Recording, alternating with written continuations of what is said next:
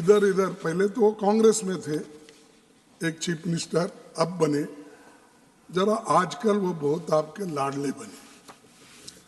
और उनका कहना है, मैं एक दावे से कहता हूं कि उन्होंने बाद में उसको किस ढंग से समाज में कहा मालूम, इसमें मेरे उच्चार में थोड़ी कमी ज्यादा हो सकती है, जितना मोदी जी खुद उसमें संस्कृत में बोलते हैं उसमें बोलने में मुझे थोड़ी सी तकलीफ होगी, फिर भी आपको जनता को समझाने के लिए। खड़गे जी, you are aware that when we refer to a constitutional office in this house, you will keep that in mind also. हाँ? You will keep in mind the rule that how and under what circumstances we raise issues about a constitutional office holder. Keep that in mind. अरे मेरे सिखाने की जरूरत नहीं साहब, मैं 11 साल किया हूँ, तो ठीक है साहब। हाँ, please bear that in mind. कृषि गोरक्ष वाणिज्यम वैश्य कर्म स्वभावजम परिचर्यात्मक कर्म शूद्र स्थापी शूद्र सयापी स्वभावजम। ये है खेती, गाय पालन और व्यापार, ये वैश्यों की दायित्व है। और ब्राह्मण क्षत्रिय और वैश्य की सेवा करना ये शूद्र का कर्तव्य है। एक चीफ मिनिस्टर बोलता है, इस देश का एक चीफ मिनिस्टर ये भाषा बोलता है, उसको निकाल दो। जो व्यक्ति का जो मन में ये है, वो क्या कानून गरीबों के लिए बनाया? ऑनरेबल खड़गे जी, I take मैं किसी का नाम नहीं ले रहा हूँ। This will not go on record. Why? Because you are not following rules. This is said. Rules do This not is allow said you. Dr. Baba Saheb Ambedkar in the Samvidhan. No. This is, you can read. I request you. ये क्यों जाएगा? How can it be ये done? क्यों जाएगा? ये unparliamentary है। There is no notice to me. Sir, no, You it have is to give public notice on domain. this. I am, no. Please, See, take your sir. seat. I again appeal to you, follow the rules. You have a Arre, great rule. experience. I acknowledge your experience. Please. Sir, Don't get into that mode. Prime Don't Minister, get into that mode. Please. No. Please. I have not named. Please. I have not any sin. I am appealing to the Prime Minister. How you have kept such people in your party, and that too, you know that you are claiming that social justice I will bring. सबको न्याय मिलेगा, सबका विकास होगा, सबको यही रखने का है। यही आपके मानसिकता है आपके लोगों की। अगर ये है तो आप बोलिए कैसा ये शेड्यूल कास्ट के लोग पढ़ेंगे, कैसा सूत्र में आप भी आते साहब। आप तो अबो नहीं, आप ना क्षत्रिय है, ना वैश्य है, ना ब्राह्मण है, आप भी। This will not go on record. Go ahead. Why? Tell me why, sir. Yes. Is it? No. It's a good question. It's a good question. I'll respond. Rules do not permit it. As simple as that. Please continue. Does he need your support? He is leader of the opposition. He doesn't need your support. Come on. Khadge ji, Yes. keep your flock in order. Huh? Let them take their seat and you speak. See. Doctor, most of the time when legal issues are there, you are absent. And the person concerned is not. No, you are absent whenever we need you. And also it attracts the SC/ST Atrocities Act also. Khadge ji, have you finished? Finish? Then continue, please. नहीं, अगर आप please यही continue. चाहते हैं तो खत्म करो। No, please continue. Please continue. देखो, मैं मन की बात इसलिए बोल रहा हूँ, ये दर्द होता है हमको। ऐसे लोग जब अधिकार में होते हैं, कुर्सी पे बैठ के ऐसी बात करते हैं, और आज भी संविधान लागू होने के बाद, आज़ादी मिलने के बाद, और आज़ादी के 75 अपने 78 ईयर्स होने के बाद, और 75 वर्ष संविधान को इम्प्लीमेंट करने के बाद भी अगर ये मानसिकता लोगों में है तो शूद्र लोग कैसा आगे आएंगे आप बता दीजिए, बता दीजिए आप। तो ऐसा ही होता है यूनिवर्सिटीज में, ऐसा ही होता है हाई प्रोफाइल स्कूल्स कॉलेजेस में।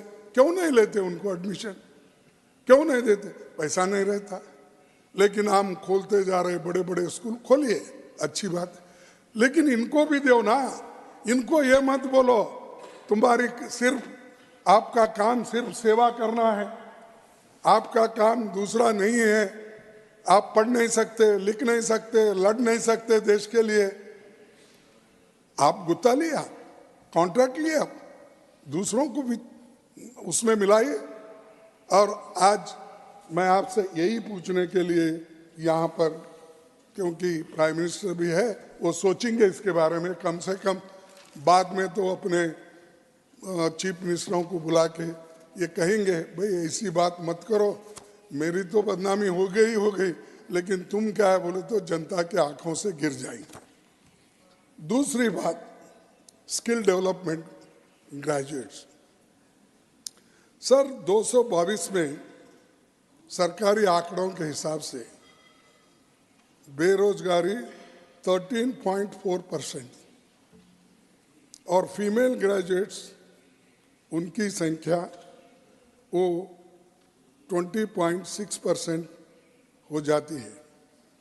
अगर एजेंसियों के आंकड़े देखें तो स्थिति और भी खतरनाक है। यह है बेरोजगारी के कारण लोग लिखे पढ़े रहे तो भी युवाओं को आज नौकरी नहीं मिल रही। एम्प्लॉयमेंट का बहुत बड़ा मुद्दा है, बेरोजगारी का बहुत बड़ा मुद्दा है, इसके तरफ आप ध्यान देना चाहिए था। उसमें क्या है बताइए आप? उसके विषय में कुछ नहीं।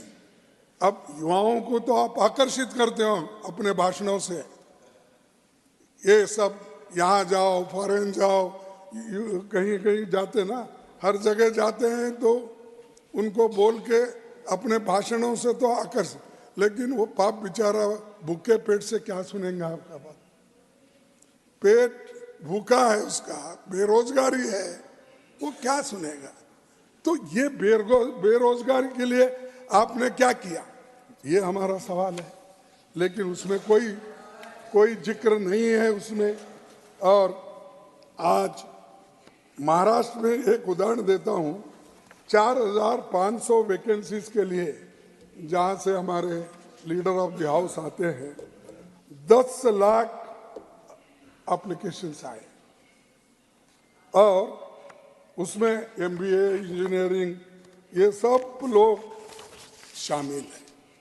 तो आप देखिए कितना हम रोज पर रोज कमजोर बनते जा रहे हैं।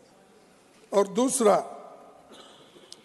आप देखे होंगे, प्राइम मिनिस्टर भी देखे होंगे, खासकर हमारे बीजेपी के प्रेसिडेंट, उनके स्टेट से और हिमाचल प्रदेश से, हरियाणा से, यूपी के बॉर्डर के लोग, बहुत लोग मिलिट्री में जाते हैं, फौज में जाते हैं। तो इजराइल के एक एजेंसी ने जब एप्लीकेशन बुलाए तो हमारा युवा कहता है यहाँ बेरोजगार रहने से अच्छा है मैं इजराइल में काम करते हुए मरना पसंद करूंगा। यहाँ का युवा कैसा बोलता है? और जहां बमबारी हो रही वहां जाने को तैयार है। यूपी का कहता है, वो ये कहता है अगर मुझे यहाँ अच्छी तनख्वाह वाली नौकरी मिल जाए तो कभी इजराइल नहीं जाऊंगा। ये मैं नहीं कह रहा, जनता कह रही, युवा कह रहे हैं। तो आप इनकी जो बात करते हैं, आज पब्लिक सेक्टर्स भी आप खत्म कर रहे हैं।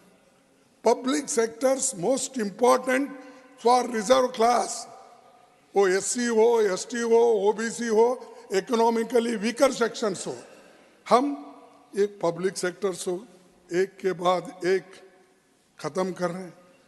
उससे नौकरियां भी खत्म हो रही। सरकार में कम से कम सब मिला के मैं बोलता हूं, चाहे वो रेलवे के हो, चाहे वो पोस्ट ऑफिस के हो, चाहे पुलिस के हो, चाहे केंद्रीय विद्यालय के हो, चाहे सेंट्रल यूनिवर्सिटी के हो, ये सभी मिलाए तो aided institutions plus government institutions आज नियरली 30 लाख वैकेंसीज हैं। तो आप 10-12 हजार को रिक्रूट करते हैं और उसका एप्लीकेशन हमारे प्राइम मिनिस्टर के हाथ से दिलाते हैं। वो तो रूटीन कोर्स है, कोई अंडर सेक्रेटरी भी दे सकता है, डिप्टी सेक्रेटरी। लेकिन 2-4 बार देखा मैं कि वो हमारे प्रधानमंत्री जी के हाथ से दे रहे नौकरियां देना है तो एक बार इसकी मुहिम करो, 30 लाख लोगों को भर्ती करो, जितना चाहे उतना सर्टिफिकेट बांटो। हम उस कहेंगे भाई ये ठीक है इतना, लेकिन 30-30 लाख वैकेंसी खाली और हम उसको उधर नजरअंदाज हम कर रहे हैं। और दूसरी चीज, अब एम्स में भी खाली है बहुत से। मैं ये पूरा अगर बोलते जाऊं बहुत लंबा हो जाएगा, इसीलिए परसेंटेज बोलूंगा। आज एम्स की वैकेंसी रेट 41% है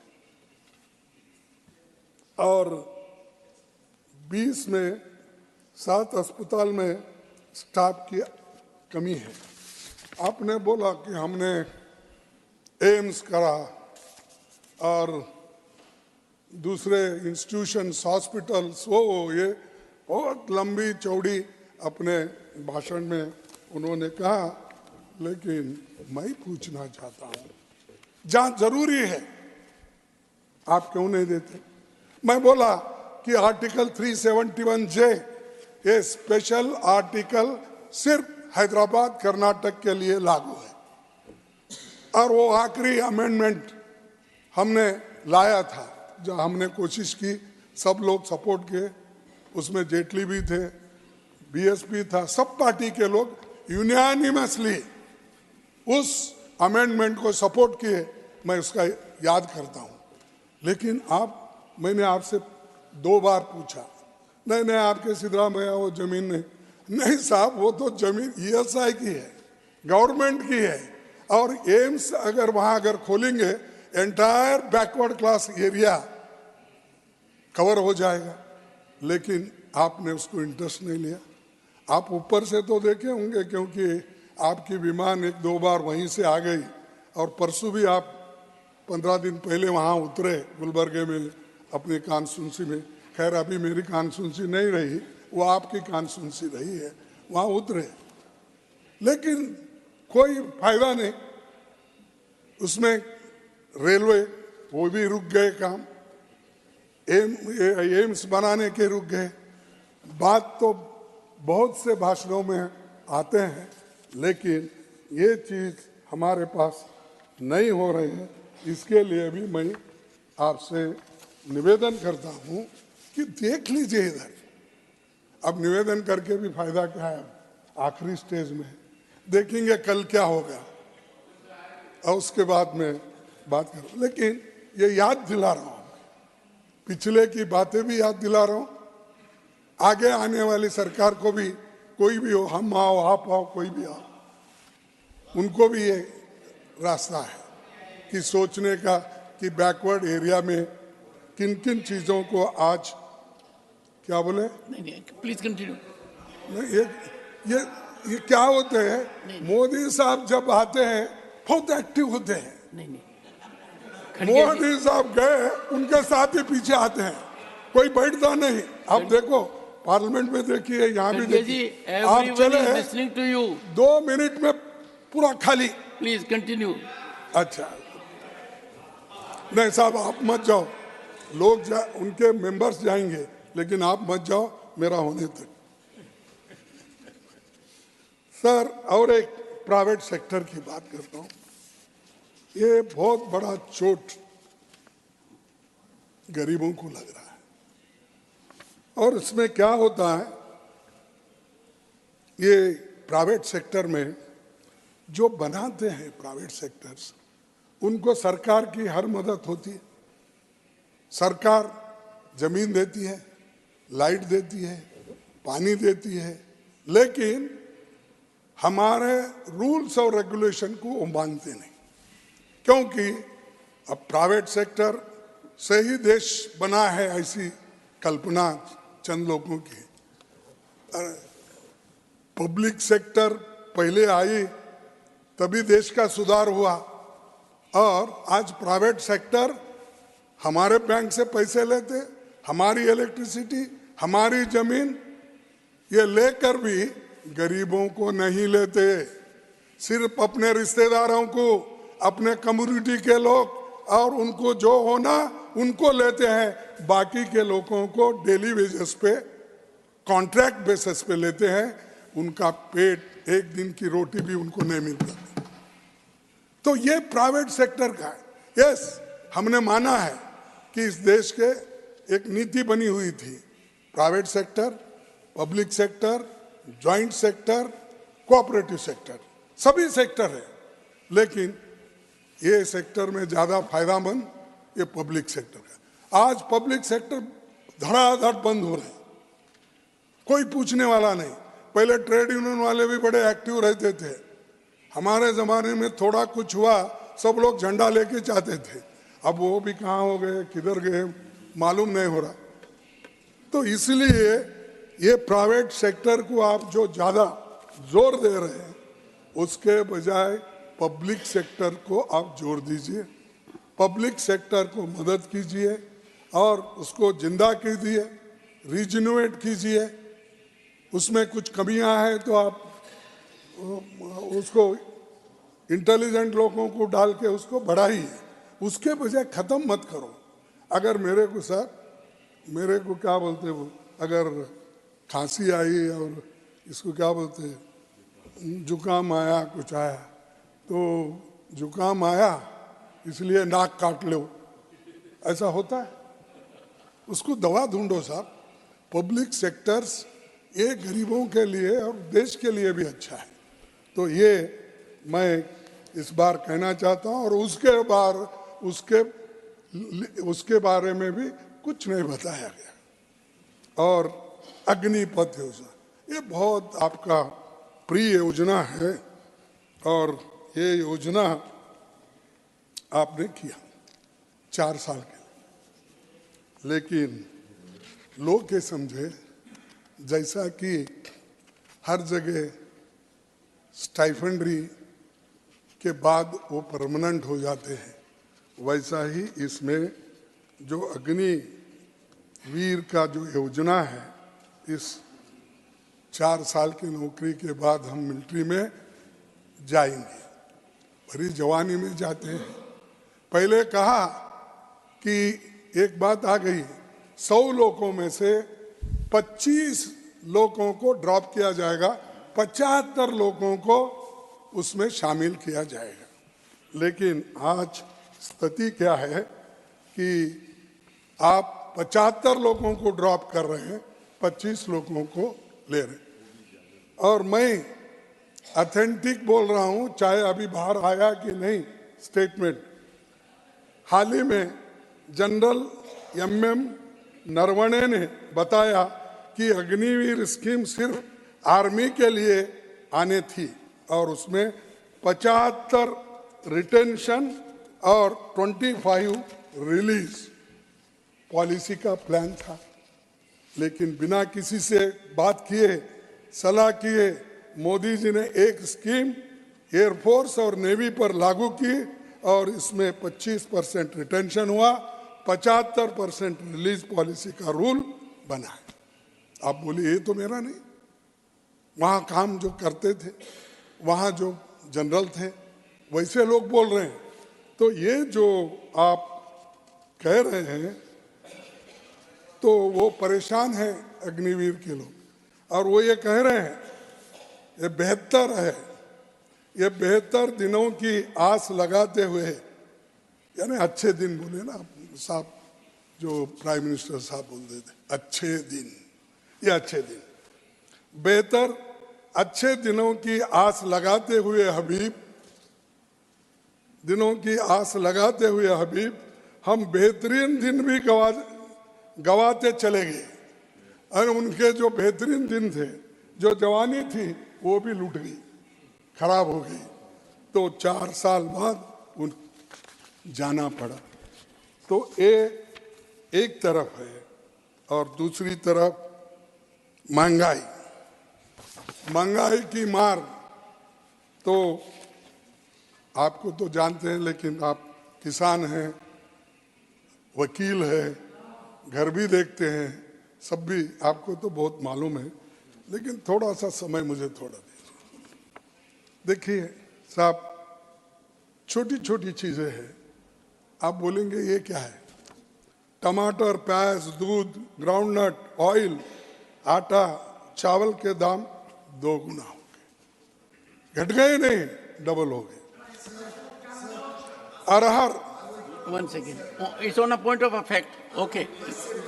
Authenticate and table what comment and statement he has made about all these products, because it is completely baseless. इसका कोई आधार नहीं है, निराधार स्टेटमेंट के ऊपर आप ना टिकें। The honorable leader of the opposition. ठीक है, वही अब जब आपकी बारी आती है। Khadge ji, since leader of the house, 1 second, has raised a point, I would urge you, you have asserted, kindly authenticate.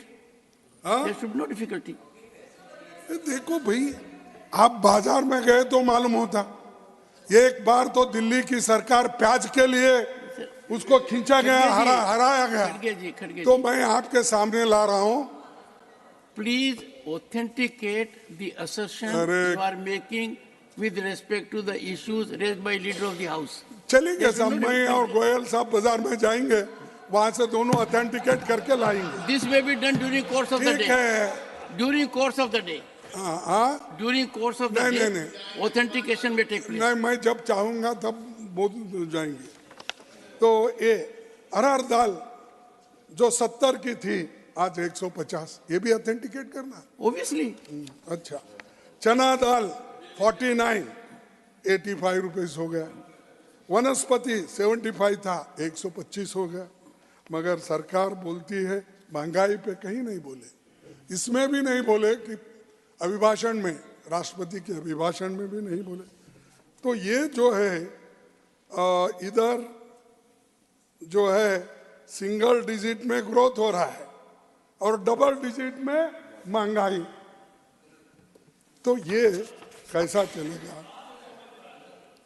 हाँ, ऐसा। अच्छा, अब फ्री मिल रहा है क्या तुम्हारी दुकान? अरे ठीक है भाई, उनका साहब सरकार सप्लाई करती होंगी, कोई स्पेशल सब्सिडी हमारे प्रधानमंत्री जी देते होंगे उनको, वो तो फ्री मिल रहा है उनको। ठीक है। अब किसानों की आर्थिक के बारे में आपने कहा कि किसान जो आंदोलन करे, आंदोलन के बाद आपने कुछ कानून लाए थे। वो कानून जो लाए थे उसको किसानों ने उसका विरोध किया और 3 काले कानून को आपको वापस लेना पड़ा और उनका इनकम डबल बनाने का आपने वायदा किया था और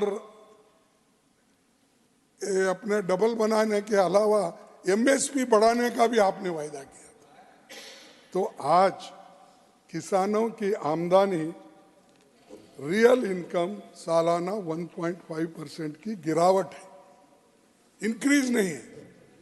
तो ये हकीकत में अनुमान देखे तो 2016-17 और 2020-21 के बीच की प्रति किसान रियल इनकम में सालाना 1.5% की गिरावट आई है और किसान बहुत सुखी है, सरकार का कहना है। लेकिन सच्चाई ये है, पिछले 5 वर्ष में कृषि के बजट में 1 लाख करोड़ से भी अधिक बजट सरेंडर किया गया है, 1 लाख से भी अधिक। और किसान रेल, उसको भी बोले कि पीएम साहब बोले कि किसानों को कायाकल्प गारंटी बताते हैं, उसमें कितनी यानी माल कितना ढुलाई हुआ, लेके गए, कितना फायदा मिला, ये सब बातें वो करते हैं। वो सब कौन, ये बीच में जो बिचौलिए एजेंट्स है, उनके माल गए, किसानों का नहीं गया।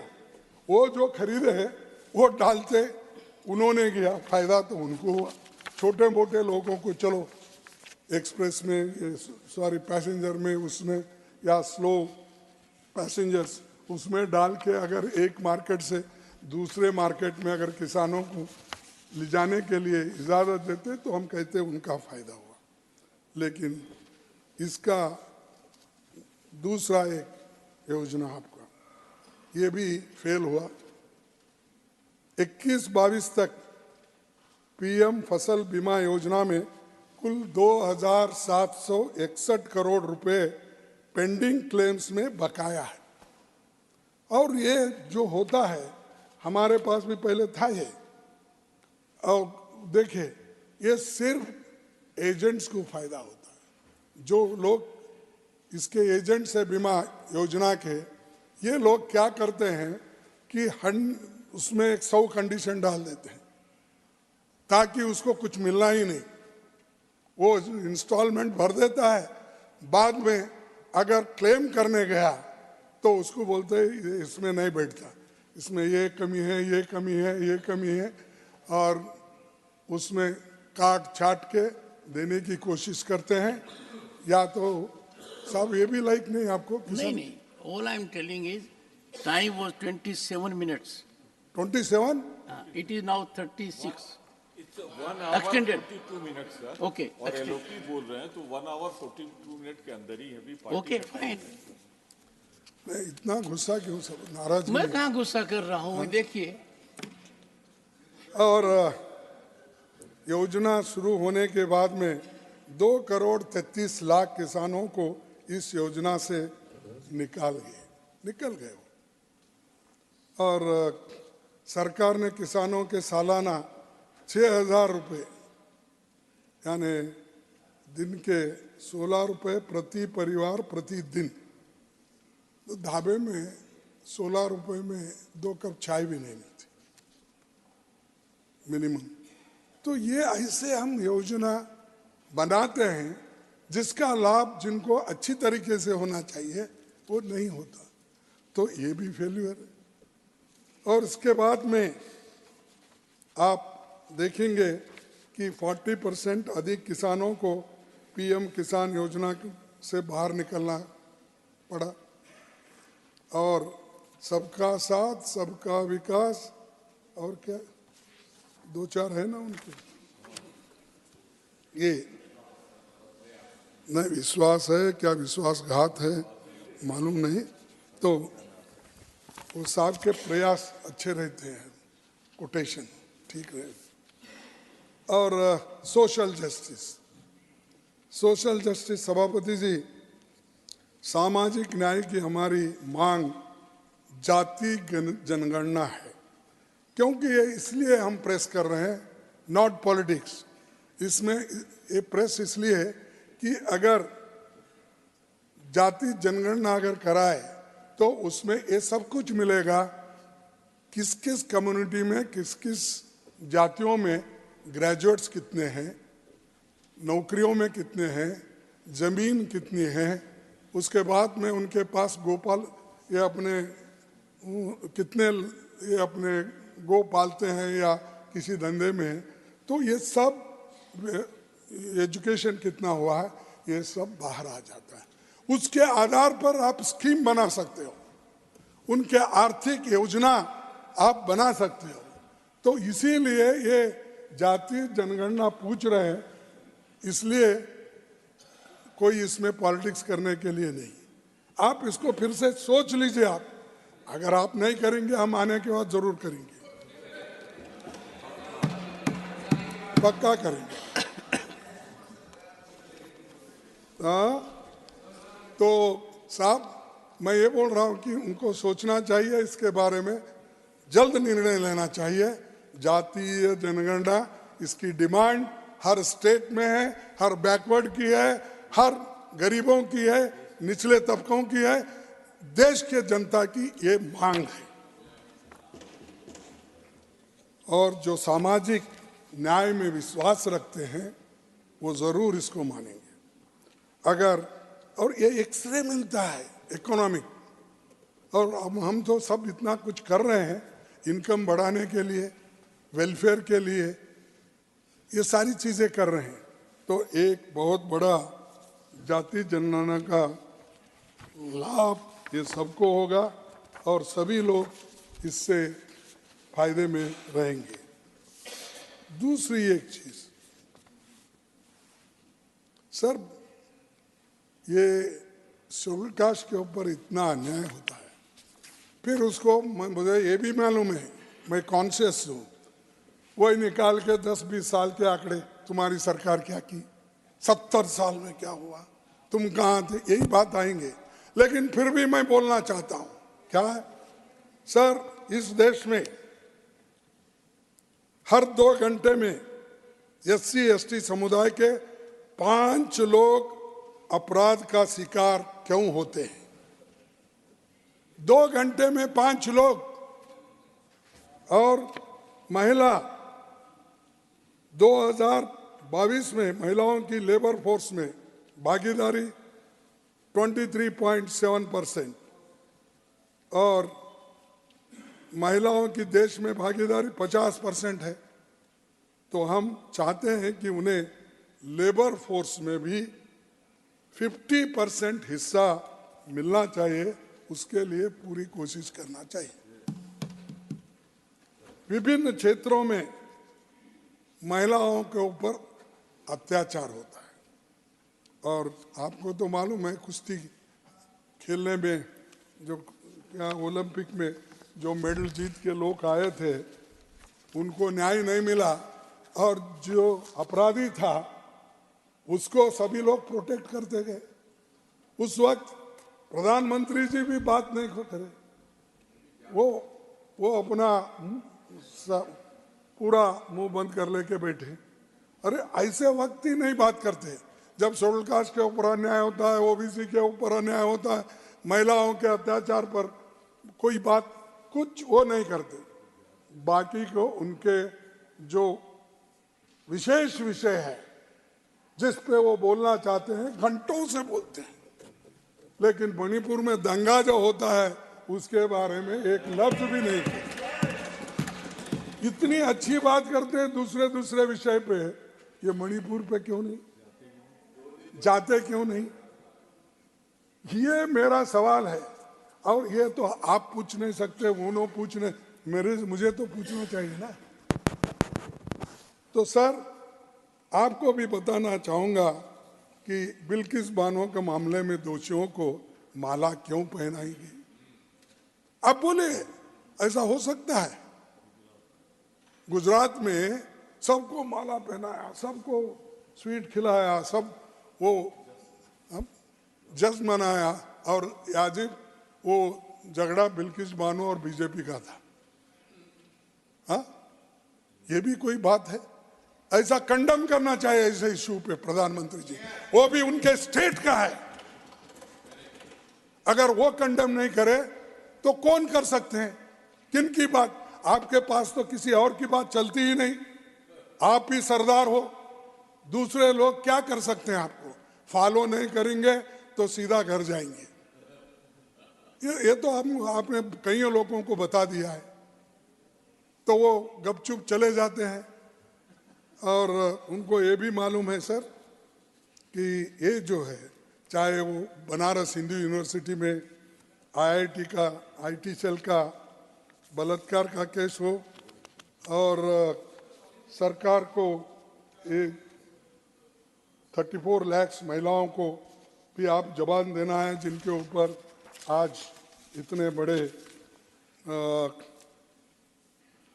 ये हो गए, अत्याचार हो गए, वो भी आप बताना चाहिए सर। और एक बात, ये बार बार क्यों कह रहा हूं कि उनको इम्प्रेस करने के लिए उनके पार्टी में कैसे कैसे लोग हैं, और आप प्रोटेक्शन कैसा उनको देते हैं।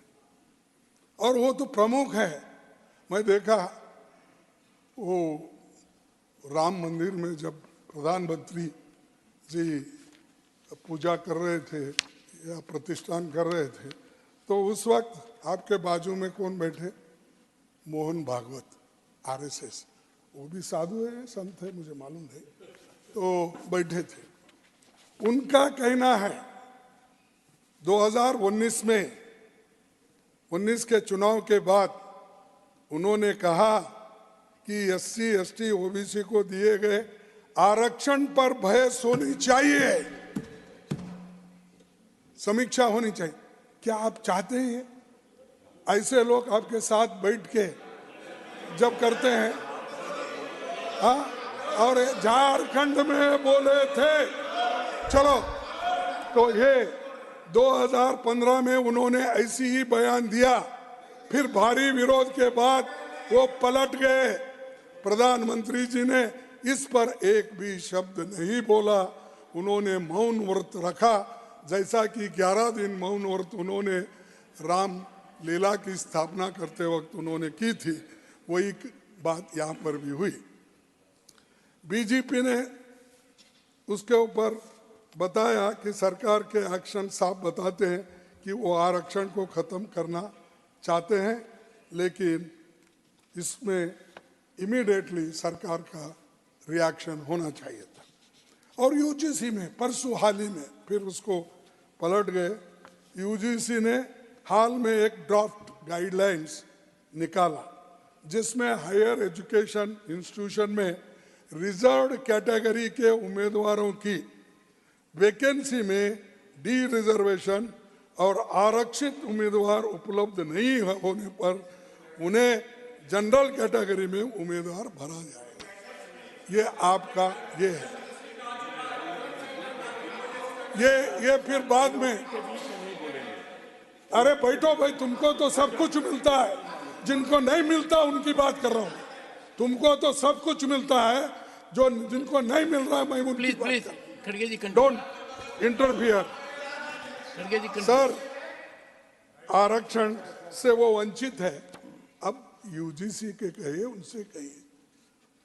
आप तो दूसरे जगह तो टेम्पररी भर रहे, अगर कोई नहीं मिलता तब तक आप बैकलॉग को कंप्लीट डी रिजर्व करने के बजाय आप थोड़े दिन स्टाइफंड ग्रेजुएट्स को ले सकते हैं, या सॉरी अपने लेक्चरर्स जो भी रहते टेम्पररी ले सकते हैं, अपने काम चलाओ, लेकिन वो नहीं, निकालो, सर काटो इनके, दबाओ, यही इनका उसूल है और इसी के लिए ही ये काम करते हैं। और एक वुमेन रिप्रेजेंटेशन का झूठा दावा, हमेशा ओबीसी वुमेन्स को रिजर्वेशन 50% देंगे। हाँ दो भी। फिर परसों जब अपने सुप्रीम कोर्ट में एक PIL दाखिल हुआ था, वो सुप्रीम कोर्ट ने जो आदेश दिया था जल्द से जल्द इसको होना चाहिए, फिर क्यों उसको आपने उसको काउंटर अफिडेविट डाला? लेना था, और लेकर आपका इतना बहुमत है, अब तो पहले 330 334 की, अब ने तो 400 पार हो रहा है।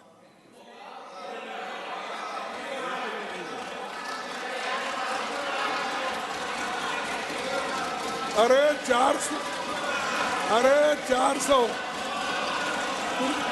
अरे तुम चुन के आओ। सर, मेरा दावा है ये लोग ठहर के चुन के आने दो सब। नहीं, ये लोग ठहर के चुन के आने दो पहले, इनको पहले भेजो तब मालूम होता। ये सब मोदी के कृपा से आए हैं, तालियां बजा। हाँ, ये मोदी के कृपा से आए, वो तालियां बजा रहे। ठीक है, हम देखो MLA लड़े, MP लड़े, आज आखिरी वक्त इस राज्यसभा में आए। यहाँ के लोग तो पूरा मोदी जी के आशीर्वाद से ही आए हैं, और आशीर्वाद से आने के बाद उनका काम है तब बचाना। प्लीज माननीय खड़गे जी ने आज वाकई में सत्य कहा, और सत्य के अलावा खुद से कहा, उसको प्रूव कर दिया। I think never a leader of opposition has been so applauded. It's a record. आपके बयान की इतनी तारीफ की जा रही है। देखो मेरे बयान की तारीफ में मैं वो भी समझता हूँ, तो यानी अपने आप को ढोल बजा रहे हैं 400 आएंगे 5। भाई आपके आने हैं, हाँ आपके आने हैं, तो ये सब क्यों नहीं कर रहे? अब आप इस बार 100 भी पार नहीं कर सकेंगे, 100 भी। इंडिया स्ट्रांग है, इंडिया स्ट्रांग है। और हाँ फिर बोलो इंडिया कमजोर है, इंडिया कमजोर है सर। मैं आपको पूछता हूँ, इंडिया कमजोर है तो ये leader of the house, India कमजोर। अरे बैठिए, ये हर बात को क्यों counter? I don't like this, I don't like this. रोज एक साथी इंडिया अलायंस का तो छोड़ के जा रहा है। भाई- मुझे पता नहीं है इंडिया अलायंस अभी है या नहीं है, किस रूप में, कौन है, जरा वो भी बताएं। चाहते हैं इसलिए बैठो, तुम बार बार उठना नहीं। सर मेरी इजाजत से उठते हैं। हाँ When I permit him, he rises. When I permit, he rises. ना सर, ही रेजेस है। लेकिन मुझे मालूम है मोदी साहब जब प्रेजेंट रहते हैं एक के ऊपर एक गिर के मदद करते सर, हैं, तालियां आपने- बजाते हैं, ढोल आपने- बजा। मैं मानता हूं उसको, इसीलिए मैं तो, मेरे को आदत है, प्रधानमंत्री जी को भी मालूम है, मैं एक बार हाउस में आता हूँ, बैठे रहता हूँ सबकी बात सुनने। इस बार ही थोड़ा कम बैठा, लेकिन ऑलवेज मैं हाउस में जब तक पार्लियामेंट में था तब तक भी बैठता था, अभी भी। लेकिन इन्हों जो उठते हैं, लेकिन नहीं तो उनके कुछ एक स्टिकर लगा उनके कुर्सी को, बार बार उठते रहते।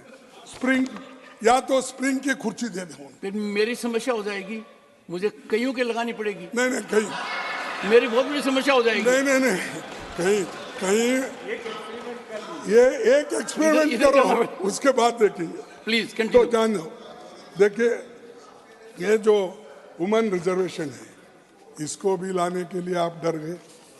क्यों डर गए अब मुझे मालूम हुआ, क्योंकि आप नीति ही ऐसी है, ब्राह्मण क्षत्रिय वैश्य इनको ही देना हो, महिलाओं को भी नहीं। महिला शूद्र ये एक ही है, महिला और शूद्र एक ही है। तो इसका तुलसीदास का कहना, नर नारी ये सब कानून के ऊपर। खड़गे ji, sir this will not go on record. हाँ? नहीं साहब, ये मेरे नहीं, नर नारी ये सब तांडव के One second, नहीं बोला हूँ। one second. ये सब इसमें One है। second, leader of the house. Sir हमने बहुत टॉलरेट किया, ये बार बार भारत के अपमान कर रहे हैं, महिलाओं का अपमान कर रहे हैं, और भारत यहाँ के क्या? तक कि इनकी शब्दावली भी ठीक नहीं है, फिर भी हमने मेरी टॉलरेट नहीं। किया। ये अछूत जैसा शब्द जब इन्होंने इस्तेमाल किया, हमें लगा कि हम अभी डिस्टर्ब ना करें, लेकिन ये बार बार इस प्रकार के बयान देके अरे फिर वही ये मानसिकता सब- दिखा रहे हैं जिसका आज ये सुबह तो- भी चर्चा हुई।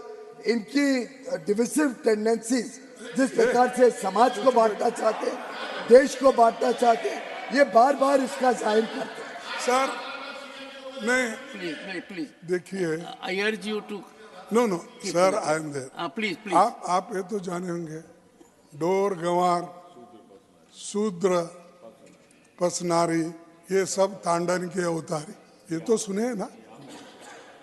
तो ऐसे ऐसे आपके पास शब्द है जो इस समाज को कुचलने का, इस समाज को तोड़ने का, इस समाज को शिक्षा से वंचित करने का, इस समाज को शस्त्र से वंचित करने का, ये आपकी टेंडेंसी है, हमारी नहीं। हम तो कुछ नहीं मिला तो भी इस देश के साथ है, कुछ मिला तो भी इस देश के साथ है। हमको आप कितना भी तकलीफ दो, हम कभी अलग जाने का सोचे नहीं या जाएंगे भी नहीं। तुम लोग सब खा के, सब पेट भर के बैठे हो, फिर भी इनके बारे में नहीं सोचते, यही बहुत बड़ा दुख है। सर और एक बात मैं कहूँगा कि ये चुनावी प्रक्रिया, सरकार सीईसी की नियुक्ति के जिस तरह नियंत्रित कर रही है, उसके चुनाव आयोग की स्वतंत्रता खतरे में है। और पास यहाँ की यानी कारखाने की एक्सपीरियंस नहीं, ऐसे लोग उसमें घुस गए और घुस जाने के बाद वो क्या क्या करते ईवीएम में मालूम नहीं, या सरकार कैसी उनको वहां पर डायरेक्टर, अरे ये क्या है अभी? Come on, what are we to say? Sir, Telangana में ये हुआ, Parliamentary नहीं, affairs minister. तेलंगाना में ये हुआ, One, Sir, तेलंगाना में ये हुआ, Sir, तुम महोदय at हो least- गए, ऊपर हो गए। Mr. Javadekar, चलो, खड़गे ji is a very senior member sir, आप इतना ही मैं निवेदन करता हूं आपको, पूरा देश में एक कानून है, वो कानून के हिसाब से हर एक कंपनी में, लिमिटेड कंपनी में इंडिपेंडेंट डायरेक्टर्स नॉमिनेट होता है, अपॉइंटमेंट होता है, ये सिंपल प्रोसीजर है, ये प्रोसीजरल एस्पेक्ट है, हर एक कंपनी में रहता है। खड़गे साहब कृपया आप ऐसे एलिगेशन बिना बेसिस एलिगेशन नहीं लगाइए।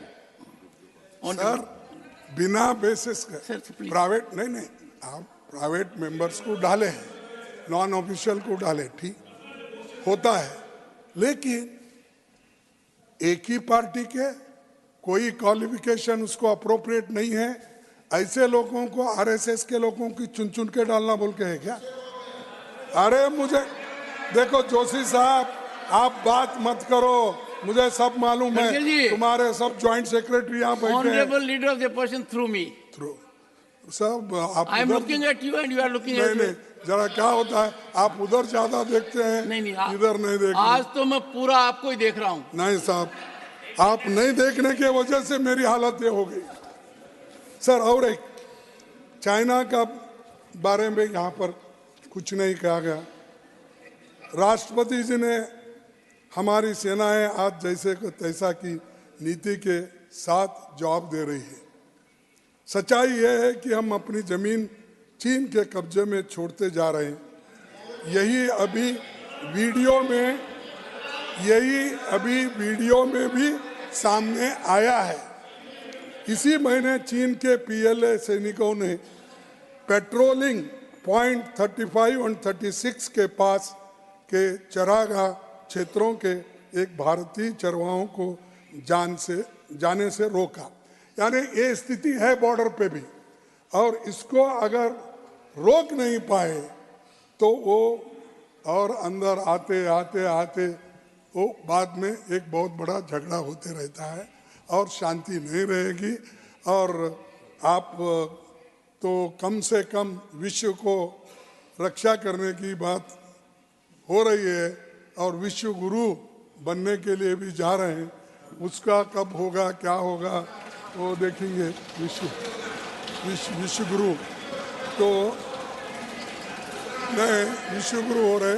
अरे विश्व गुरु हो जाओ भाई, पहले चाइना को अंदर मत घुसने दो, पहले पाकिस्तान को आने मत दो, और पहले तो भारत में गुरु बनो, उसके बाद विश्व गुरु की सोचो। अब तो राम टेम्पल के पुजारी तो बने हैं। थैंक यू वेरी मच, आपका दर्शन लिए तो राम का दर्शन हो गया। हाँ, आपने जो राम के पुजारी तो पहले पुजारी आपने बना है, ठीक है, लेकिन अरे हमको क्या अंदर भी नहीं आने देते, तुम पुजारी क्या बनाते हो? चलो छोड़ो, चुप, वो बात मत करो मेरे सामने। और दूसरी बात यह है सर, मणिपुर महीनों बाद एक जो घटना घटी, अब तक आप विजिट क्यों नहीं कर रहे? क्या सीक्रेट है? वो कह चुके सर, आप वो तो गलत पेपर हो गया। वो हाँ? कह चुके आप मणिपुर को कवर कर चुके हैं। नहीं, मणिपुर कवर कर चुके महीनों हैं। बाद नहीं, वो खत्म हो गया। हाँ, मणिपुर कवर कर चुके हैं आप। आप मणिपुर पे आया हूँ। ना, मणिपुर कवर कर चुके हैं आप। ये 20 है, ये 21 है, मेरे पेपर को मैं अच्छा जानता हूँ। सर कवर हो गए। आप चाहते हैं फिर एक बार मैं उनको पुजारी बनाऊं? तो छोड़ो सर। मेरा और एक निवेदन है कि इतने महीनों के बाद भी आप मणिपुर विजिट नहीं कर रहे, इसका क्या सीक्रेट है? वहां लोग तबाह, तंग, बर्बाद, घरे जल रहे हैं, मोटरसाइकिल्स जल रहे हैं और एक दूसरे को मार रहे हैं, और आप बोलते शांति है। वहां परसों ही 2 लोग मारे गए, नक्सलिज्म खत्म हो गया। अभी छत्तीसगढ़ में और 2 लोग मारे गए 3 दिन पहले। बोलते एक होता एक, और उसका इतना जोर से डिफेंड करते हैं, मैं क्या बोलूं कि झूठ को भी सच बनाने का अगर कोई नेता है वो हमारे प्रधानमंत्री जी है।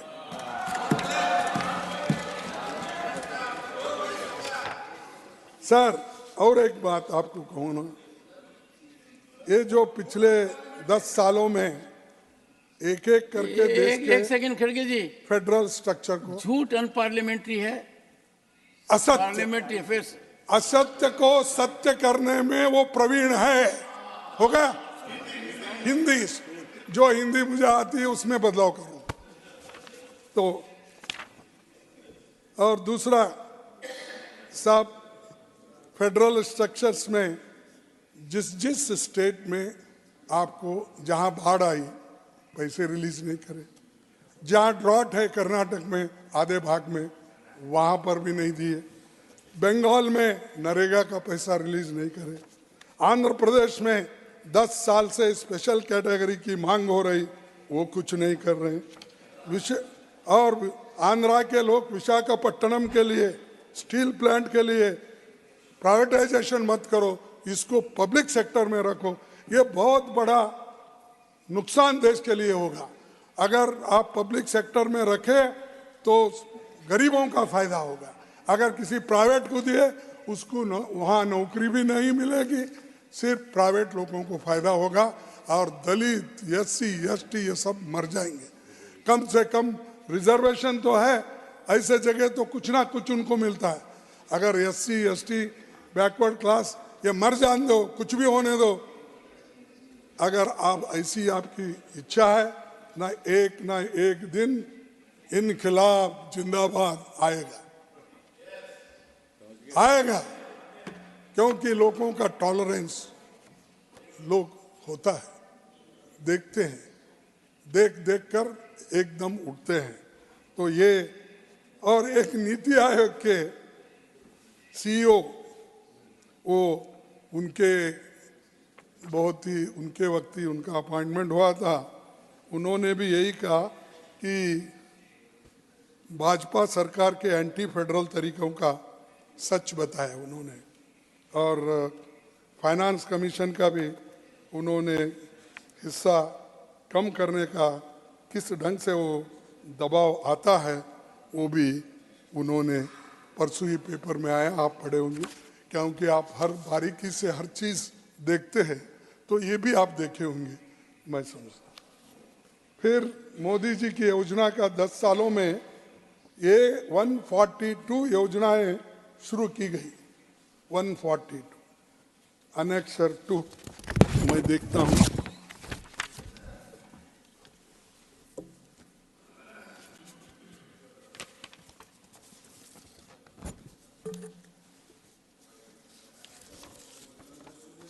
सर, हाँ,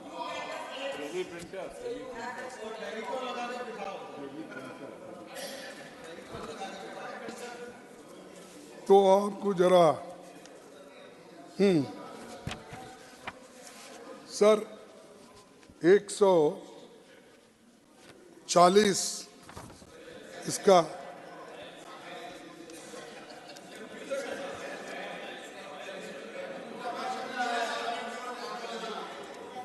हाँ। प्रधानमंत्री जी द्वारा पिछले 10 वर्षों में लगभग 142 योजनाएं शुरू की गई। इनमें से लगभग 20 योजनाएं पीएम प्रीफिक्स के साथ है। जैसी उस वक्त बोलने में क्या तुम सो गए थे? मैं अब जाग रहा हूं, मैं बोल रहा हूं। चुप बैठो प्लीज प्लीज प्लीज। प्रधानमंत्री जी द्वारा पिछले 10 वर्षों में लगभग 142 योजनाओं की शुरुआत की गई। इनमें लगभग 20 योजनाओं में पीएम प्रीफिक्स के साथ है, जैसे कि पीएम किसान, पीएम आवास योजना, पीएम फसल बीमा योजना और भी पीएम है। और उसके बाद छोड़ो भाई, वन सेकेंड, अरे वो please please please sir parliamentary affairs minister, yes प्लाजोसी जी। सर इनके प्रॉब्लम क्या है सर? Sir second.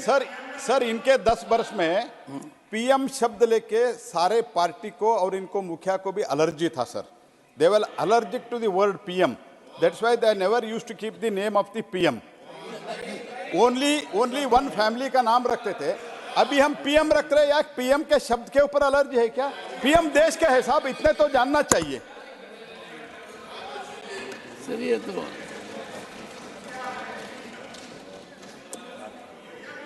अच्छा ठीक है, उनको इट्स अ गुड पॉइंट। नहीं वो लीगल एड दे रहे हैं प्राइम मिनिस्टर को, देने दो सर।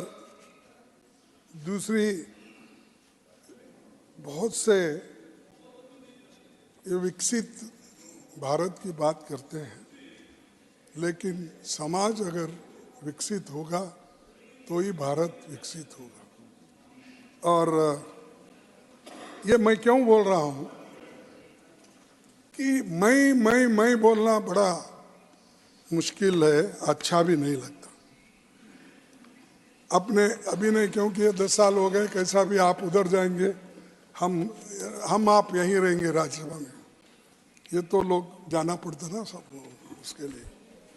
तो 1500 स्पेशली इक्विप्ड व्हीकल्स को देश के लगभग 2,50,000 विलेजेस में भेजा जा रहा है, जिन पर लिखा दिया है मोदी सरकार की गारंटी।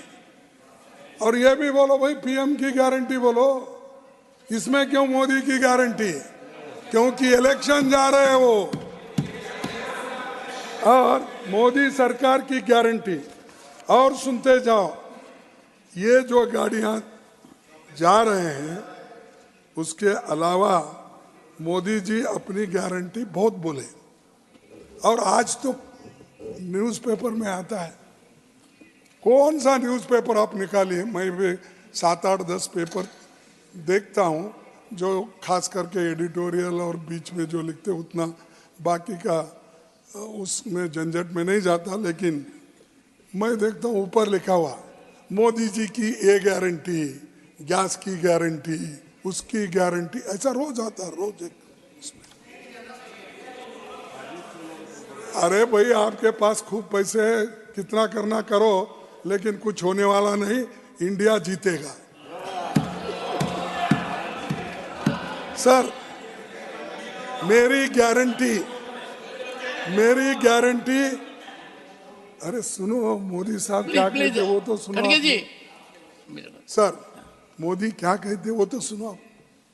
मेरी गारंटी मेरी कड़ी मेहनत है, इनकी नहीं है, इनकी है। और दृढ़ता का प्रतिबिंब है, मोदी जी खुद के बारे में बताते हैं, ये उन्होंने कहा है, ये सभी पेपर में भी। मोदी जी कहते हैं जब भी उम्मीद खत्म होती है मोदी की गारंटी शुरू हो जाती है। हाँ, ये अरे सुनो। और मोदी जी ने कहा कि उनकी गारंटी का मतलब है कि वो अकेले ही उन्हें पूरा कर सकते हैं। अरे है क्या डेमोक्रेसी में तुम हो, एक अकेला इंसान प्रधानमंत्री, मैं बोल रहा, तुम ढोल बजा रहे हो।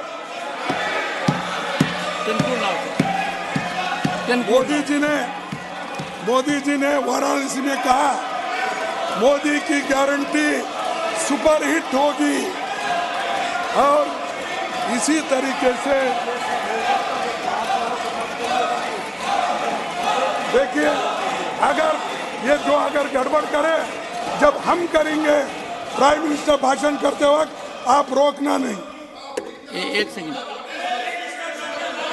सुनिए खड़गे जी, आपके भाषण को इतना शांत रूप से सुना गया है और अभी से आप कह रहे हैं कि मत करना। This is unfortunate. This is unfortunate. The leader of the opposition is, 1 second, Shakti Singh ji. Don't shout, please, take your seat, take your seat. खड़गे जी, you have been heard in rapt attention. आपने थोड़ा provoke किया, तो उन्होंने कुछ react किया. मानो थोड़ा, मानो. मेरी बात कभी माना करो, प्लीज. क्योंकि देखिए साहब, मुझे तो डर ये लग रहा है कि आप अनेक्सर 2 तो पढ़ रहे हैं, अनेक्सर 1 भूल गए. वो आएंगे तो फिर और लंबा जाएगा. नहीं, मेरे पास पूरे पेपर है, भूलने का सवाल ही नहीं. कहा आपने अनेक्सर 2 अरे अनेक्सर 1 कहा मैं गया? खुद ही मेहनत करता हूँ, मैं देखता हूँ, रखता हूँ. please आपको अगर conclude. नहीं मिलता तो वो बात क्या भूल गए, क्या बोली? खड़गे जी have taken 1 hour, बोलिए. 1 hour 5 minutes. Don't. Why? I have got 1 hour and 40 minutes. हाँ, yes, you have. You can take the entire noise. Okay. तो सर, और आपने मैंने फैक्ट्स चेक किया कि प्रेसिडेंट के एड्रेस में उन्होंने क्या कहा, तो वो थोड़ा मैं आपके सामने रखूंगा. अभिभाषण में कहा गया कि 2014 में 14 के मुकाबले में एयरपोर्ट्स डबल हुए, 74 से बढ़कर 149 हुए. हाँ, अरे सुनो, अरे आगे सुनो. तो ये अब इसमें 2 चीजें हैं. पहला, 2014 में कुल 94 ऑपरेशनल एयरपोर्ट थे. लोकसभा स्टार्ट क्वेश्चन नंबर 113 में 12 दिसंबर 2014 में 149 बताई जा रही है. इसमें 9 हेलीपोर्ट्स और 2 वाटर एरोड्रोम्स, और राज्यसभा के अनस्टार्ट क्वेश्चन में भी यही कहा गया. ये क्या आपने मुद्दे रखे हैं कि 149 हुए, ये सत्य से दूर है. ये आपने ही दिया है. अगर ये झूठ है तो आपकी ऑफिस की गलती है, आप ठीक करो. अगर ये सही है, मैं जो मान रहा हूँ ठीक बोलिए. और एक एम्स का भी मैं बार बार नहीं बोलूँगा, ये आप सबको मालूम है. फिर मैं उसका जिक्र भी किया. कम से कम प्राइम मिनिस्टर सुने होंगे, क्योंकि वो बार बार गुलबर्गा आते हैं और वहाँ पर उतरते भी है, जाते भी है, फिरते भी है, हर कॉन्स्टिट्यूंसी में जाते. वहाँ से बहुत प्रेम लगा है वहाँ से. दूसरी चीज़, 49 से लेकर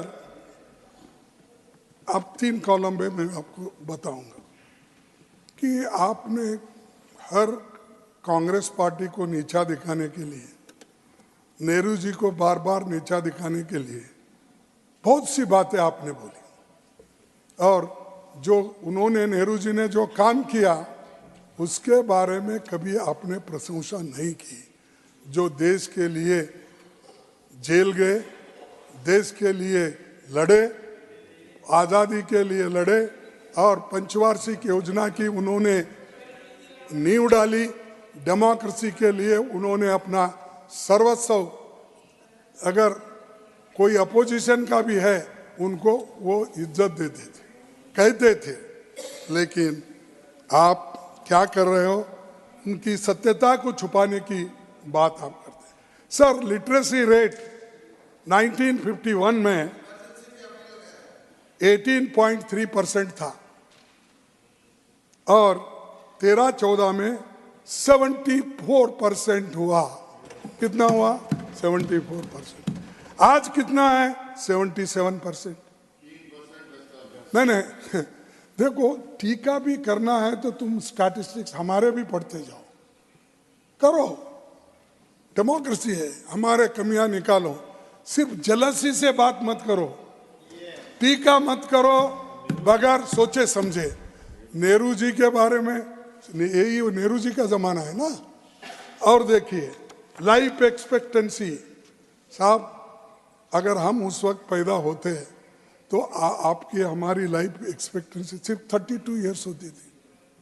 आपकी 70 के ऊपर नहीं बढ़ती थी, मेरे 80 के ऊपर नहीं बढ़ता, उनका भी 70 तक आया, 71 तक, ये बढ़ता नहीं था। तो 70 साल तक बढ़ी, 32 इयर्स से लाइफ एक्सपेक्टेंसी 70 इयर्स। अब आपके जमाने में 69.27 इयर्स लाइफ एक्सपेक्टेंसी हुआ। बोलो, 9 महीने कम हो गए। और दूसरी चीज, इन्फेंट मोर्टेलिटी 165 डेथ्स पर 1000, ये 1951 के पहले था। तो 2013-14 में 38 डेथ्स पर 1000 इन्फेंट्स। क्या घटा क्या बढ़ा? और आपके जमाने में जो है वो 29 तक आया। और 38 करने के बाद भी क्या किया ये सरकार ने? ये सब कुछ किया। प्राइम मिनिस्टर प्राइमरी स्कूल्स 2,09,051 में थे, 51 से पहले। 13-14 तक 7,90,000 स्कूल्स बने। और आपके जमाने में स्कूल्स कम हो गए, इसलिए कि प्राइवेट को आपने ज़्यादा प्रोत्साहन दिया। और 2021 में आपके 7.6 लाख हो गया। अपर प्राइमरी स्कूल्स 13,600 और 4,13,14 और 4,35,00,000 इन 2023 में हुआ। और secondary higher inter junior colleges 7,400 थे, और हमारे ज़माने में 2,34,000 2014 तक। अब 2,92,000। अब कॉलेजेस 630 थे देश में बिफोर 50, और आज 24 तक 36,639 कॉलेजेस। बड़ा घटा। सब आप तो जानते हैं, मैथमेटिक्स में भी आप बहुत होशियार हैं। और उसके बाद में अब 43,000 बन गए। Sub centre, primary health centres 725, अब 1,77,000 2024 तक, और 1,94,000 3 साल में। एक नहीं 2023 का 1,94,000, पहले 1,77,000, मतलब तो इसका 1,500 2,000 कुछ बढ़ गए। नेट इरिगेटेड एरिया, ये तो किसानों के लिए 2,10,000 हेक्टर पहले थी, और हमारे जमाने में 13-14 में 6,80,000 हेक्टर्स। बड़ा क्या घटा? फिर आपके जमाने में 7 लाख हेक्टर बन गया। तो अरे आप कुछ नहीं किए, ये किए सो बता रहा हूं, और आप क्या किए वो भी बता रहा हूं। Percentage of rural house holds 2.2% और 83% 2014 में रूरल हाउस होल्ड। अब आपने 12% बढ़ाया, 99% 2019 में फिगर एज इट इज है। ये अपनी अचीवमेंट है, इसको भी आप कंडम करते हैं। अरे आंकड़े हैं, इसको मिटा नहीं सकते आप दूसरे चीजों को मिटा सकते हो, लेकिन इन चीजों को तो नहीं मिटा। इसीलिए आप 2021 का सेंसस क्यों नहीं कर रहे?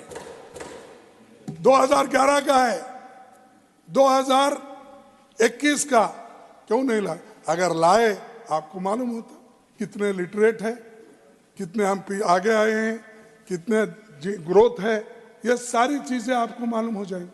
क्यों नहीं कर रहे हैं 10 साल में? बाकी सारी चीजें कहते हैं, लेकिन ये इसलिए नहीं, आपका पोल खुल जाएगा। क्योंकि सेंसस अगर बाहर आ गए, सच्चाई बाहर आएगी। सच्चाई जब बाहर आएगी, आपकी पोल खुल जाएगी। तो इसीलिए अध्यक्ष महोदय, मैं आपको ये बात इसलिए रख रहा हूं, कुछ नहीं किए नहीं बोलो, मत बोलो। कुछ किए हैं, इसीलिए डेमोक्रेसी आज देश में जिंदा है और आप भी हैं। नहीं तो डेमोक्रेसी को बर्बाद करने के लोग बहुत थे आपके पास, सब ब्रिटिशरों के पास चले गए थे नौकरी के लिए। सर इन्वेस्टमेंट की बात करते हैं। नेट फॉरेन डायरेक्ट इन्वेस्टमेंट ये कितना था यूपीए के जमाने में? 1087.6 था, तो 426.2 during Modi time.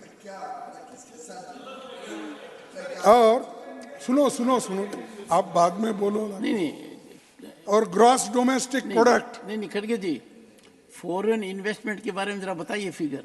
Net foreign direct investment, जो बाहर का इन्वेस्टमेंट आता है, वो उस वक्त अमाउंट जो होता है, पहले कितना था और अब कितना है? अरे उसी का बोल रहा हूं मैं। Change during UPA 1087.6%। अब क्या है? 426 घट गया। अरे उसका ये गलत है बोल के आप दे दो, अरे ये गलत है बोल के दे दो वहां। दूसरा gross domestic product 302.3%, 142%। Per capita GDP 244.7, अब 119। ये जो आंकड़े हैं आप देख सकते हैं, और मैं आपके सामने ही रख रहा हूं। ये रख देना सर, आपका नहीं ये रखूंगा। ठीक रहेगा, रख देना। यही क्यों सारे चीजें रख देता हाँ हूं। बिल्कुल ठीक है। ये की क्यों कार्रवाई का हिस्सा बनना। तो दूसरी चीज जो है, और हमारे मोदी साहब की गारंटी तो मैं पढ़ा, और सारे चीज़ें उसमें मैंने बताया किस ढंग से वो काम चल रहा है। और एक आखिरी 2 चीज़ें मैं बताऊंगा।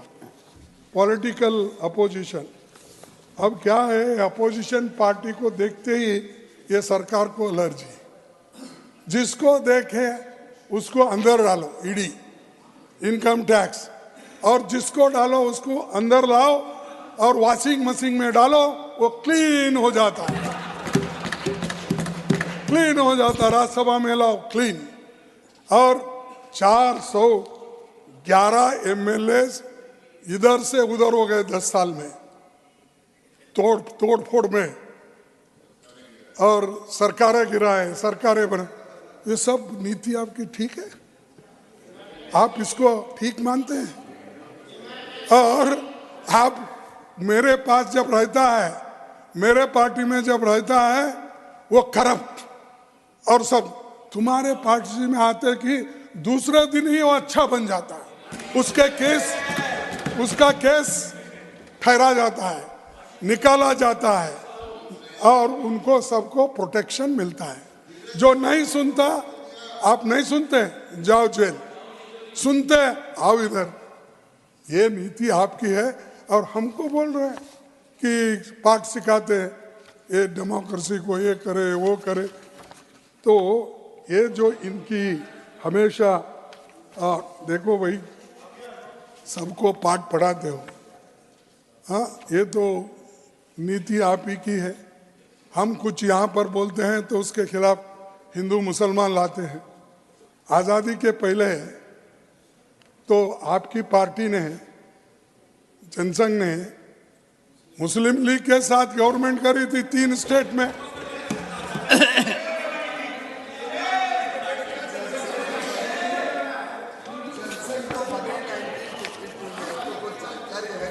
क्या है इनका? अम्बेडकर का खड़गे जी और प्लीज उनके जो दूसरे किताब है वो भी पढ़ो, मालूम होता है। प्लीज प्लीज हाँ यस, मैं आप इतना बड़ा शरीर है, मैं उधर देख रहा हूँ ने, वो मेरे जैसे पतले हैं, उधर देख रहा हूँ। सर, नेहरू जी के संग्रहालय का नाम बदलने का क्या जरूरी था? हाँ? अरे नेहरू जी एक, जब वाजपेयी जी जो विपक्ष के नेता बन के प्राइम मिनिस्टर बने, शायद वो कैबिनेट रूम या कहीं, तो उन्होंने देखा तो फौरन बुलाया कि भाई यहाँ तो नेहरू जी की फोटो लगती थी, कहाँ है? नहीं साहब, वो ऐसा ऐसा कोई बोले कि गवर्नमेंट बदल गई। अरे गवर्नमेंट बदल गई, वो तो पहले प्राइम मिनिस्टर है, लेके आओ लगाओ। ये है कम से कम अटल बिहारी का तो सुनो, ये बीजेपी नहीं है, बीजेपी है तोड़फोड़ सरकार। खड़गे जी हाँ, तो ये है कि ये, अरे जब सर मैं आपको बोलूं, कईयों बार जब अदानी साहब और अटल बिहारी साहब गुलबर्गा आते थे, हम रूम छोड़ के वेकेट करके उनको देते थे, हालांकि हम मिनिस्टर थे इलेक्शन के वजह। तो क्योंकि हमारे दोस्त उसमें थे, थोड़े पहले से क्लासमेट्स हुए थे, आके रिक्वेस्ट करते थे, सर तो तुम्हारा घर है, आप घर को जाओ, ये ऐवान शाही छोड़ दो। हम किसी को उस चंद्रशेखर का भी है, चंद्रशेखर का यहाँ उनके हाँ वह नीरज है, उठ उठ के बहुत बात करते हैं। उनके पिताजी को, मेरे को सब अरेस्ट कर रहे थे 1971 में, 70 में, जब वीरेंद्र पाटिल वहाँ पर हमारे घर के बाजू में ही रहते, वीरेंद्र पाटिल, उन्होंने हमको अरेस्ट करा था। उन्होंने 4 बार आए, कौन? चंद्रशेखर जी, चंद्रशेखर, मोहन धारिया, कृष्णाकांत, अर्जुन अरोरा, ये सब लोग प्रचार के लिए निकले। तो आज अरे ऐसा हम मिलजुल के बहुत से चीजें काम करते हैं। यहाँ सब दुश्मनी से, हर चीज दुश्मनी से। अगर ऐसा देश अगर चलाने की कोशिश करे, ये रियली एक बहुत बड़ा देश के लिए और डेमोक्रेसी के लिए ठीक नहीं है। और दूसरी चीज, इस सदन को प्रोटेक्ट करने में भी आप फेल हो गए। जो डेमोक्रेसी को, ये तो टेम्पल है ना लोकशाही का, इसको भी प्रोटेक्ट करने में आप फेल हो गए। और जो लोग पकड़े गए, सर मैं बताता हूं कि हमको जो इंफॉर्मेशन पकड़े गए, उन्होंने एफिडेविट दिया कि हमको इलेक्ट्रिक ये लगा के, मार के, धमका के हमको कहने लगा रहे हैं कि फलाना फलाना पार्टी का नाम लो। सदन में जो कूदे थे वो उन लोगों के बारे में उन्होंने तो अब एफिडेविट भी दिया है। तो ये है सदन की सुरक्षा। ये जो जनता से चुन के आते हैं, उनकी सुरक्षा के लिए ऐसी ये ऐसा होता है। तो आप याद रखिए, किस किस को आप ये बनाना चाहते, बलि का बकरा। तो आप दूसरी चीज, आपको मैं ज़्यादा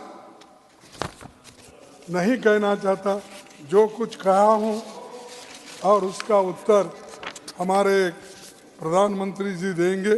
खास करके मेरे पहले पन्नों से जो हमने लिया, रिजर्वेशन का, उसके बाद किसानों का, इन्फ्लेशन का, अनएम्प्लॉयमेंट का, इसके बारे में तो ज़रूर वो बोलेंगे।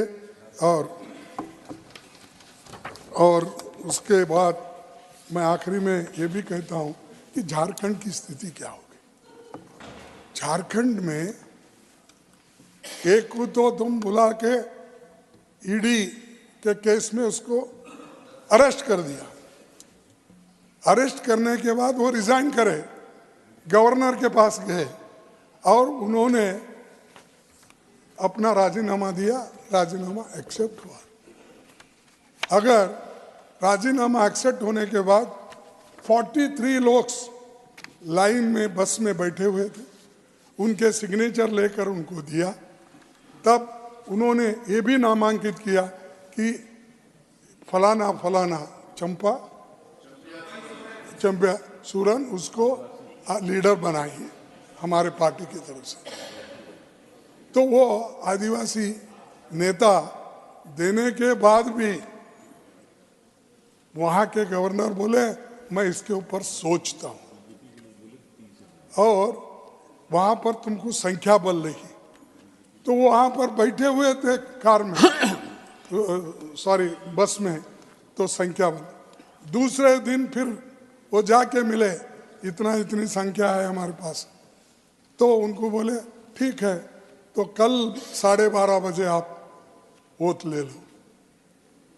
12:30 बजे उनको बोले, फिर बोले कि विश्वास मत, मैं आपको डेट देता हूं 8-10 दिन में।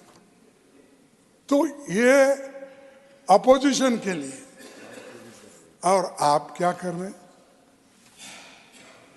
नीतीश साहब बिहार में राजीनामा दिए, 15 मिनट में राजीनामा स्वीकार हुआ। उनको वोट लेने की, शपथ लेने की टाइम भी दी गई, और उन्होंने उसी वक्त अपना कैबिनेट भी फॉर्म किया। अरे आधा घंटे में एक का काम सब होता है, और यहाँ मेजॉरिटी रहते हुए एक ही पार्टी की, एक ही महागठबंधन की, उनको ऐसा करते। Is it this democracy sir? Is it this democracy? उसको, और ये भी ट्राइबल का आदमी है, लेने दिया सो वाला ट्राइबल, ले अब जो वोट लिया वो भी ट्राइबल। तो इस ढंग से अगर आप ट्रीट करते जाओगे तो लोगों का विश्वास उठ के चले जाएगा डेमोक्रेसी के ऊपर। और ये निश्चित रूप से मैं कहूँगा कि आप बुरा न माने तो यहाँ प्रधानमंत्री कहाँ ये आखिरी इलेक्शन डिक्लेयर करते मुझे मालूम नहीं, इसके बाद इलेक्शन नहीं। मैं इतना पॉपुलर हो गया, डेमोक्रेसी की जरूरत ही नहीं है बोलेंगे, इससे ये दिख रहा। तो 16 घंटे में पार्टी बदलते, पलट मारते, ये पलटू रामों को आप लोग सपोर्ट करते हो। जो सीधा सीधा आके आपको देता है उसको आप नकारते हो, ये ठीक नहीं है। और लास्ट में मैं यही कहूँगा कि खैर तो ईडी, इनकम टैक्स बोल बोल के थक गए, उन्होंने तो इसको मानते नहीं, क्योंकि डराना एक ही उनके पास उपाय है, दूसरा उपाय नहीं है। हम देश का विकास चाहते हैं, उनका कहना, हम भी देश का विकास चाहते हैं।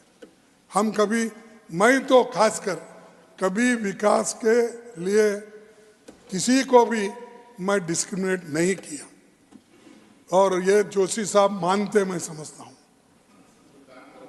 क्योंकि हम वो पूछो मत पूछो हर एक को मदद करते थे। और हमारा एम क्या है कि अगर डेवलपमेंट हुआ, सड़क बड़ी हुई, क्या मेरे ही लोग चलने वाले उसके ऊपर? रेल चली, क्या मेरे ही लोग बैठने वाले हैं? कोई हॉस्पिटल बना, क्या मेरे ही पेशेंट जाने वाले हैं घर के? तो ये अगर सोच आपके पास रही तो देश विकसित होता।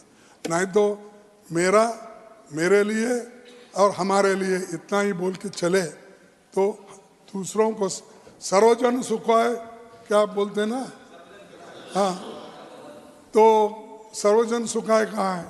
मैं तो ये बोलता हूँ बहुजन सुखाय बहुजन हिताय, इसकी बात करो। सर्वभो गुणों बोलते हैं हमारे दोस्त, तो मैं इतना ही बोला, बहुजन सुखाय बहुजन